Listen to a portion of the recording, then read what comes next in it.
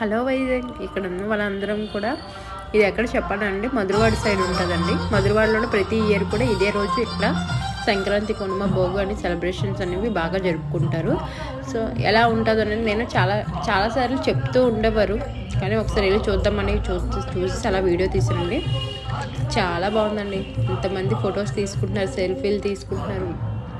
చూడ్డానికి కూడా సేమ్ అలా ఒక మూవీలో చేస్తారు చూసారా షూట్స్ అనేవి. సో అలా అనిపించిందండి. ఒకే దగ్గర అన్ని హౌసెస్ ఉన్నాయి, అది కూడా ఓల్డ్ హౌసెస్ లాగా క్రియేట్ చేశారండి.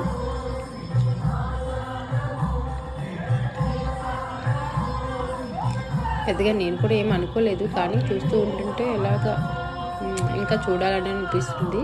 మొత్తం గడ్డ అప్పట్లో ఎలా ఉండేది, పూర్వకాలంలో గడ్డితో ఉండే ఇల్లు హౌసెస్ ఉంటాయి కదండి.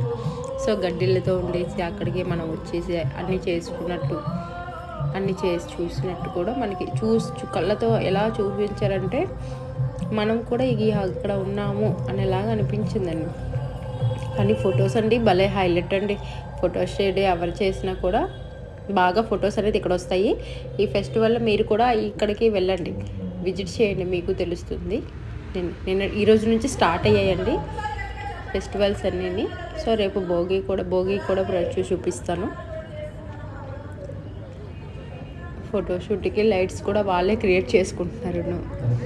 మన ఇంట్లో కోళ్ళు ఉంటాయి కదా, పందెం కోళ్ళ ఆట, కోళ్ళు కూడా పెట్టేశారు. అలా వసంట ఒక అబ్బాయి చూస్తున్నాడు, రింగ్ తిప్పుతున్నాడు. ఇది గుడి అండి, కృష్ణుడి వారి గుడి.